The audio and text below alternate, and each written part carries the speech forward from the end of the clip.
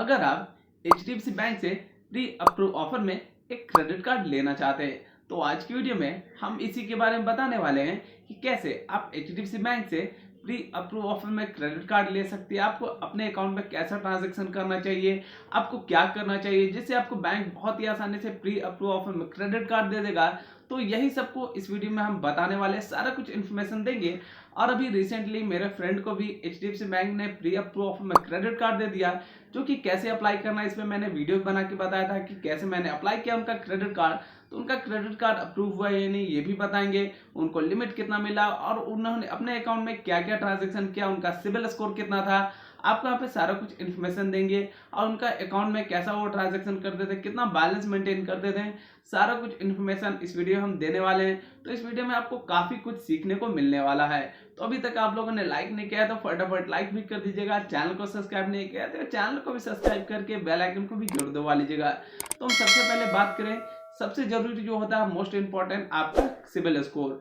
अगर आपका यहाँ पे जो सिबिल स्कोर भी बोलते हैं, यहाँ पे जो सिबिल एक यहाँ पे क्रेडिट ब्यूरो कंपनी है और सिबिल के साथ साथ टोटल 4 क्रेडिट ब्यूरो है, सभी को अगर कैलकुलेट करते हैं तो देखिए जिनका सिबिल स्कोर या फिर यहाँ पे क्रेडिट स्कोर जनरेट होता है तो उनके लिए थोड़ा डिफिकल्ट हो जाता है, उनको थोड़ा यहाँ पे परेशानी होता है प्री अप्रूव ऑफर लेने में। तो सारा कुछ बताएंगे।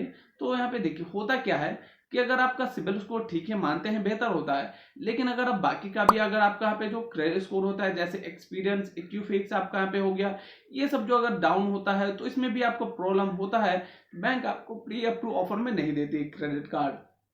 तो होता कुछ ऐसा है कि आप ठीक है बैंक से आप यहाँ पे जो बैलेंस अच्छा मेंटेन कर रहे हैं, आप मतलब रिलेशनशिप जैसे कि ट्रांजैक्शन हो गया, बैलेंस हो गया या फिर FD RD ये सब जो भी कुछ हो गया वो सबको आप अच्छा मेंटेन कर रहे हैं। लेकिन जब आपको रिलेशनशिप बैंक देखती है, लेकिन उसके बाद भी आपको जब सिबिल स्कोर चेक करती है तो उसमें होता कुछ ऐसा है कि सिबिल स्कोर चेक करने के बाद आपको यहाँ पे देखा जाता है कि अभी आपने यहाँ पे हो सकता है कि आपने पेमेंट फेल किया हो या फिर आपके यहाँ पे क्रेडिट स्कोर कम हो, तो उस वजह से बैंक आपको प्री अप्रूव ऑफर में क्रेडिट कार्ड नहीं देती है। लेकिन जिनका सिबिल स्कोर जनरेट नहीं होता है तो उनके लिए तो उतना टेंशन नहीं होता है, क्योंकि वो जो कस्टमर होते हैं वो पूरा न्यू कस्टमर होते हैं, वो एकदम फ्रेश कस्टमर होते हैं। तो उनका यहाँ पे क्रेडिट स्कोर चेक करती है तो यहाँ पे बैंक को पता चल जाता है कि इनका क्रेडिट स्कोर अभी तक जनरेट ही नहीं हुआ है, तो उनको दिक्कत नहीं होता है क्रेडिट कार्ड लेने में। तो उनको बैंक प्री अप्रूव ऑफर में क्रेडिट कार्ड दे देती है, बस रिलेशनशिप के बेसिस पे कि बैंक से मेरा अच्छा रिलेशनशिप है तो आपको क्रेडिट कार्ड बैंक यहाँ पे दे देती है। तो बस यही रीजन है कि जिनका क्रेडिट कार्ड पहले से नहीं होता है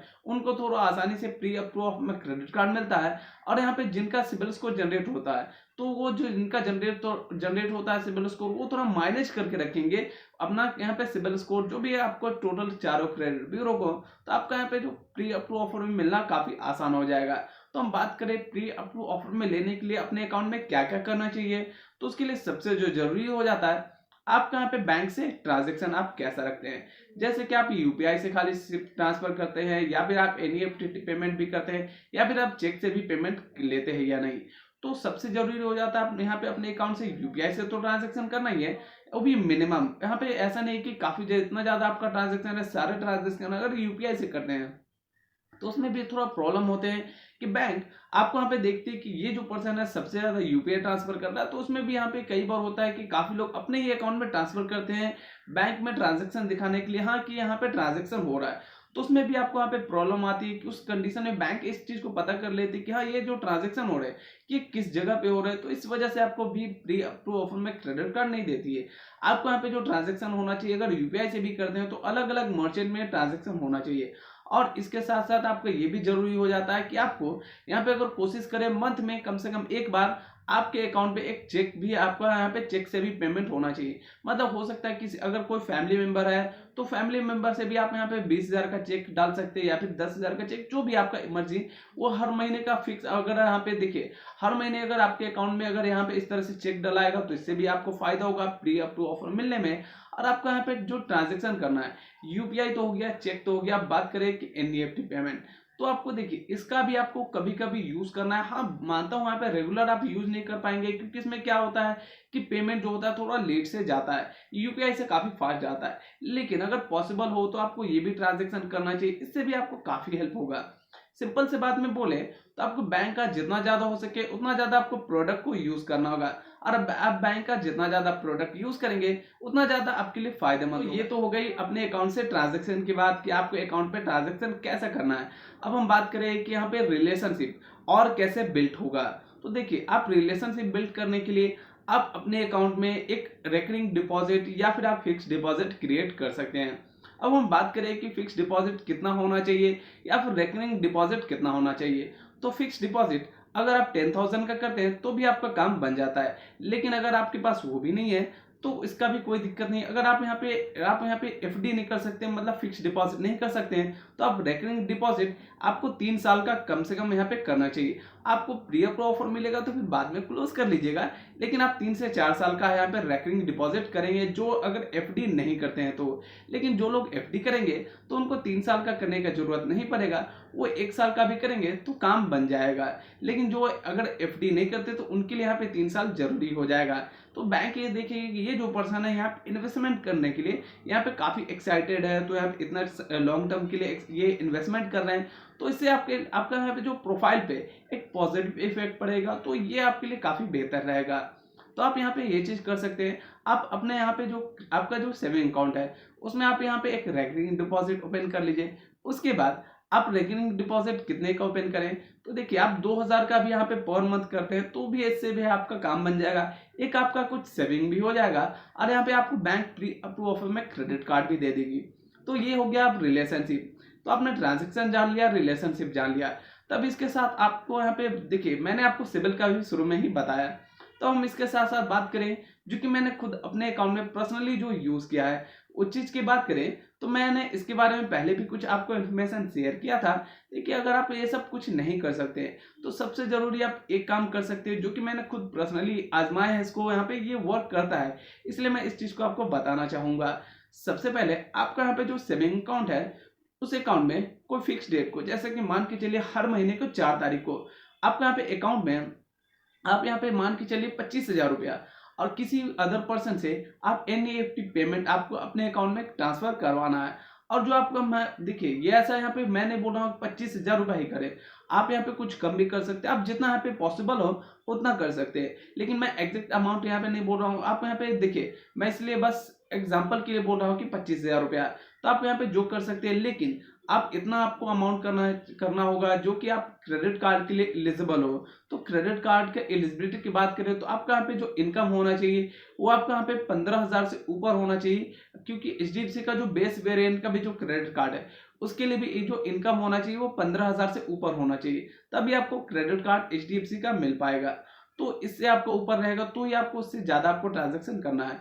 उसके बाद आपको वहाँ पे वो पेमेंट एक्सेप्ट ले लेना है, और पेमेंट एक्सेप्ट लेने के बाद आपको एक ही बार में जो अमाउंट है एक ही बार में पूरा खर्च नहीं करना है। जैसे कि मान के चलिए आज ही अकाउंट में पैसा है और आज ही आप निकाल के पूरा खत्म कर दिए हैं, तो आपको ऐसा बिल्कुल भी नहीं करना है। आपको धीरे धीरे यहाँ पे उसको स्पेंडिंग करना है। जैसे कि मान के चलिए आज हम एटीएम से विड्रॉ कर लिए, आज हम 5,000 रुपये एटीएम से निकाल लिए, कल हम यहाँ पे कहीं पे ऑनलाइन पेमेंट कर दिए, और यहाँ पे देखिए जो ट्रांजेक्शन होना चाहिए वो सारे ट्रांजेक्शन अलग अलग मर्चेंट पे होना चाहिए। कम से कम वो जो पैसा आप अपने अकाउंट में डालेंगे वो उस अमाउंट को यहाँ पे 15 दिन तक आपको होल्ड करके रखना है। तो हाँ, ये बैंक देखेगी कि हाँ ये जो पर्सन है इनके अकाउंट में हर महीने फिक्स डेट को यहाँ पे कुछ ना कुछ अमाउंट आता है, जो कि बैंक यहाँ पे उस चीज को देखेगी कि हाँ ये सैलरी ही आता है। तो इसके बेस पे ये फायदा होगा कि आपको बैंक प्री अप्रूव ऑफर में क्रेडिट कार्ड दे देगी, तो इससे आपका यहाँ पे काफी ज्यादा फायदा होने वाला है। तो ये चीज को आप जरूर यूज कर सकते हैं अपने अकाउंट में। तो ठीक इस तरह से आप ये सब जो मैंने आपको स्टेप बताया है ये सबको अगर फॉलो करते हैं तो आपको बैंक बहुत ही आसानी से क्रेडिट कार्ड ऑफर कर देगी। तो मैंने आपको शुरू में ही कहा था कि मेरा फ्रेंड को एचडीएफसी बैंक ने प्री अप्रूव ऑफर में क्रेडिट कार्ड दिया तो उनका अकाउंट कितना पुराना था, तो भी हम आपको बता देते कि उनका अकाउंट कितना पुराना था। तो हम चलते आपको वहाँ पे पीडीएफ ही ओपन करके दिखा देते कि उनका अकाउंट कितना पुराना था और उन्होंने कितना, अब यहाँ पे टोटल मतलब जब से उन्होंने अकाउंट ओपन किया तब से लेकर आज तक उन्होंने कितना ट्रांजेक्शन किया है, कितना बैलेंस मेंटेन किया है। क्योंकि देखिए हर महीने यहाँ पे बैलेंस मेंटेन हो रहा था अलग, तो यहाँ पे बैलेंस मेंटेन की बात करें तो कभी यहाँ पे 30,000 हो रहा था, कभी 40,000, कभी 45,000, कभी 15,000, कभी 5,000, लेकिन कोई भी मंथ में 5,000 से नीचे नहीं गया। तो आपको वहाँ पे जो बैलेंस मेंटेन करना है ठीक इसी तरह से बैलेंस मेंटेन करना है, 30,000, 40,000 इस तरह से बैलेंस मेंटेन कर सकते हैं।